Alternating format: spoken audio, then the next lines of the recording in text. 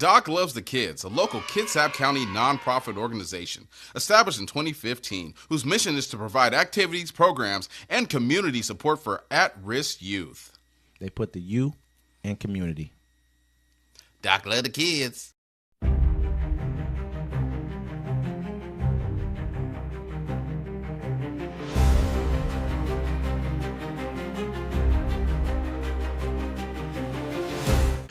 Welcome to Uncommon Courtesy, where we give you the courtesy of conversation that's uncommonly spoke of. I'm T-Mac. I'm Wesley. And this is the show.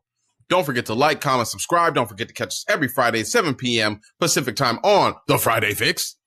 And our other shows, Civil Discourse and Plays and Parlays. Hola, Senor Wesley. Hey, what's going on, man? How you feeling? No habla español. Fantastic. Said, I don't speak Spanish. That's what you just said, brother. Yeah. You said no habla. It's no habla English. No habla English. No habla español. No, I don't speak no habla inglés. You know what I'm saying? I thought you was being. I don't speak Spanish. That's all I know. I had to use the translator when we was gone. I'm trying to get in the passion of what they doing in Los Angeles. You got those real cool earbuds though that translate. So we're gonna tap into those too, man. We're gonna figure out if those really work or not. We're gonna find out. I need to carry them on me when I go to little places where I'll be like, what language you speak? They're going to say, I'm like, hold on. Hey. And you might need to carry them with you from outside from now on as well, too, with the way things are headed. Pentagon deploys 700 U.S. Marines to Los Angeles amid immigration protests. Mm-hmm. Hundreds of active duty U.S. Marines are to be deployed in Los Angeles. The U.S. military confirmed on Monday, making good on Donald Trump's threat to send more troops to the city to quash protests against government immigration raids and deportations. In a statement, the U.S. Northern Command announced that a battalion of 700 Marines had been activated to work with the roughly 2,100 National Guard troops mobilized by the Trump administration to Los Angeles to help protect federal property and personnel, including federal immigration agents. The Marines are moving from their base at 29 Palms in Southern California to the Los Angeles area. The move risks dramatically escalating tensions in a city on the edge after 4 days of protests against the administration's immigration crackdown. As of Monday afternoon, the day's demonstrations have remained largely peaceful. A U.S. official speaking on the conditions of anonymity told news agency Reuters said there was no expectation that Trump was, for now at least, about to invoke the Insurrection Act, as some critics have suggested. But the person added that the situation was fluid and might change. Governor Gavin Newsome's press office called the mobilization of Marines completely unwarranted, uncalled for, and unprecedented. Trump is escalating this situation even further, deploying active duty Marines, the best of the best, against their own countrymen in an American city, the office wrote in a follow-up to the post. Completely unnecessary and only inflames the situation more. In a statement, LAPD Chief Jim McDonnell said the department had not received any formal notification of the Marines' activation and said the arrival of federal military forces in Los Angeles, absent clear coordination, presents a significant logistical and operational challenge for those of us charged with safeguarding this city.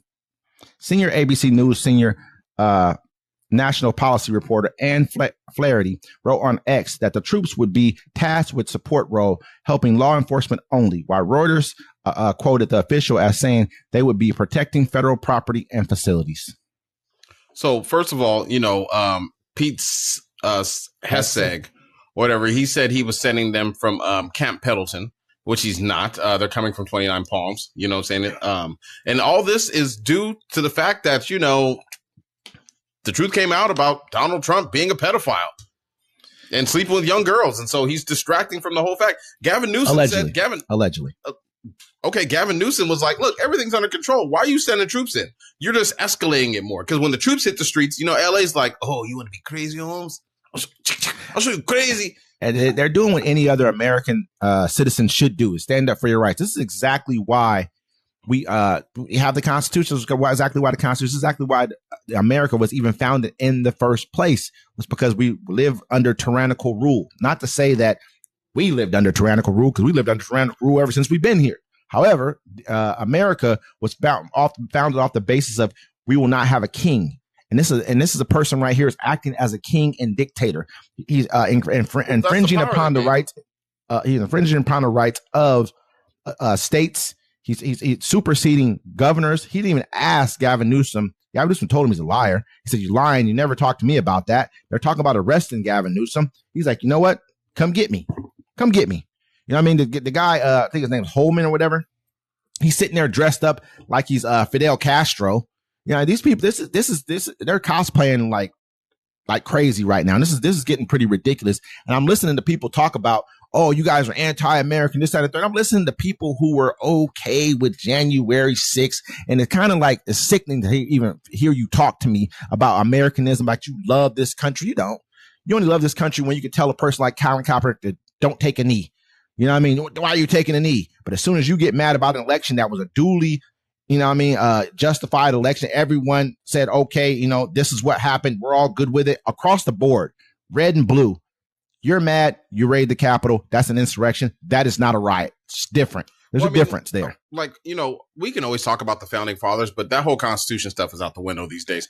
Here right now, not my fathers. He sent the National Guard in there, right? They had no place to sleep. They're sleeping inside of a kitchen floor. I got the pictures. You know what I'm saying? I can show you the pictures. He's sending in the Marines. You're sending in troops to stop American citizens. But like they said, the protests are peaceful. This is his show right now to get away from the fact that he was called out as a pedophile. And remember, he didn't, like you said, Wes, off camera, he didn't deny it. He didn't deny it. He hasn't denied it not one time. And I don't want to get off that subject either. It's just, that's factual. I mean, if it's a person like me or you, a person says, hey, blah, blah, blah, blah, blah, D-Mac, what are you going to say? I'm like, where you at? I'm about to smash your face in. I'm going to pull up on you. Never say it again. You should never say that again. He didn't even say that. Yeah. He didn't even come out with the ominous threat that he threatened the lady with, who said, hey, we heard your name is Taco. They call him Taco. You know what I mean? That's to me, that hurt his feelings more than being called a petty.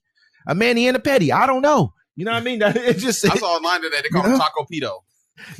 That's a good one. And we have to keep talking about that. This is not to say it's true. I'm saying it's alleged, but there's a lot of allegations. There's a whole lot of proof to them allegations that are coming out right there that they've talked about. And they've talked about it, not just in these settings. They've talked about it. Congressmen have talked about it, and he didn't even sue them. You tell me that about me, I'm suing you off the rip. Because I know it's not true. Everybody, remember, if they talk about it, I'm going to sue you. Elon said this about him. And the thing of it is, too, bigger than even this, man, is getting to a point to where we understand that California is a melting pot, man. There are so many people in California that are just, you know, they're talking about like these people. Oh, those are just immigrants fighting these people. No, they're not. Those are citizens telling you we don't want you in our city. Yeah, they tried to come into leave us alone. They tried to come in the Paramount neighborhood, and the dudes, they drove up to the front. They're like, you ain't coming in here, Holmes. Not at all. He's like, I'm retired vet. What you want to do? I got my vest at the house. We can get busy. He's like, you ain't coming in here doing all that crap. Not in our neighborhood. Hey, this is what happens when you come to a sanctuary city. You saw what happened when they did in Seattle just for the George Floyd. They took over a police station. And it's not even just sanctuary. I mean, you're right. Yeah.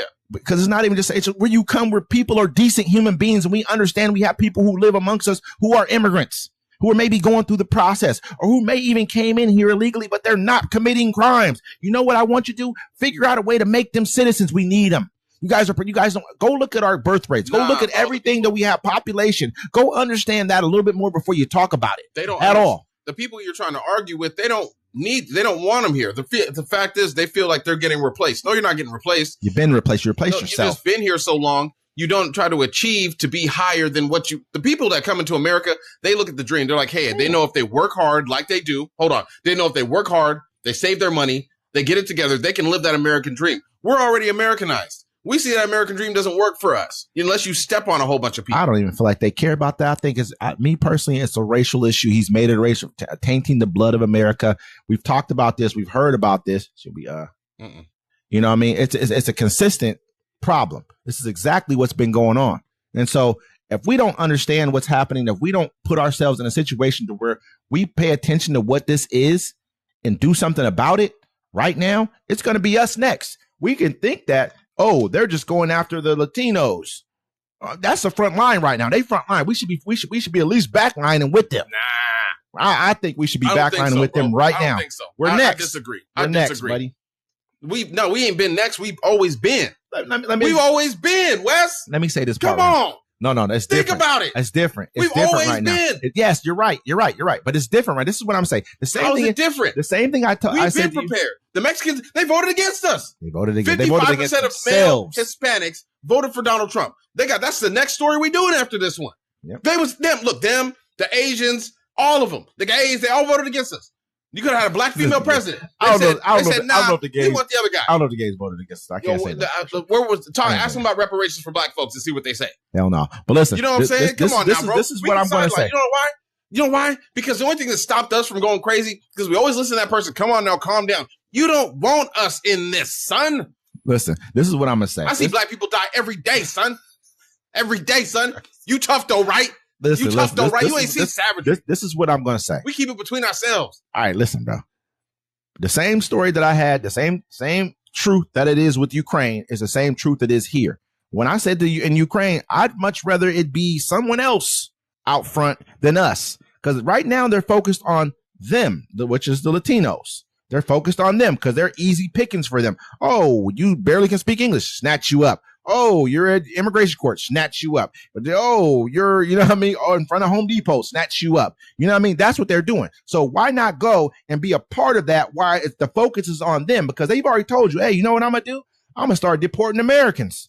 Whoever's a criminal. And who do you think they criminalize more than anybody? It's us. They're going to get them first. Or who do you think they're coming for next? Us. Yeah. So backline it now rather than have to front line it when it's our turn. Well, check this out. Period. Check this out, Mr. West.